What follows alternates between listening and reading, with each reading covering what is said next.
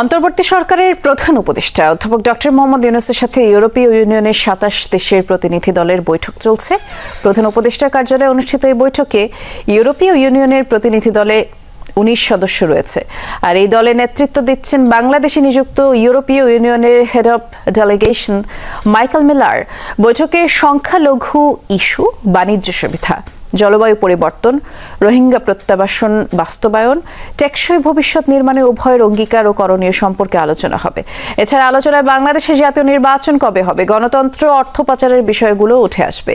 বিশেষ করে fact finding মিশনের অগ্রগতি, জিএসপি সুবিধা নিশ্চিত, দ্বিপাক্ষিক সহযোগিতা বৃদ্ধি বিষয়ে আলোচনা হবে। ধারণা করা হচ্ছে বৈঠকটি ঘণ্টাখানেকের বেশি সময় ধরেই চলবে। বাংলাদেশের চলমান সংকট নিরসনে বিনিয়োগ বৃদ্ধির আহ্বান জানাবেন প্রধান উপদেষ্টা ডক্টর মোহাম্মদ ইউনূস। নুডলস খান নাই তো নুডলসই খান নাই।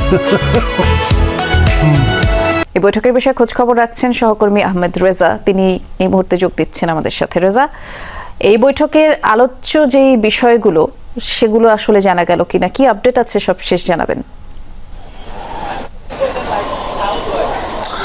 বৃষ্টি, আপনি যেমনটি জানাচ্ছিলেন যে ঘণ্টাখানেকেরও বেশি সময় ধরে সেই বৈঠকটি চলবে, মূলত সেটি আসলে চলছে। আপনি জানেন দুপুর ১২টার সময় অন্তর্বর্তীকালীন সরকারের যে কার্যালয়টি রয়েছে তেজগাঁয়ে অবস্থিত, সেখানে মূলত সেই বৈঠকটি শুরু হয়েছে এবং সেখানে এই যে ২৭টি দেশের প্রায় ১৯ জন রাষ্ট্রদূত সেই বৈঠকে মূলত অংশ নিয়েছেন প্রধান উপদেষ্টার সাথে।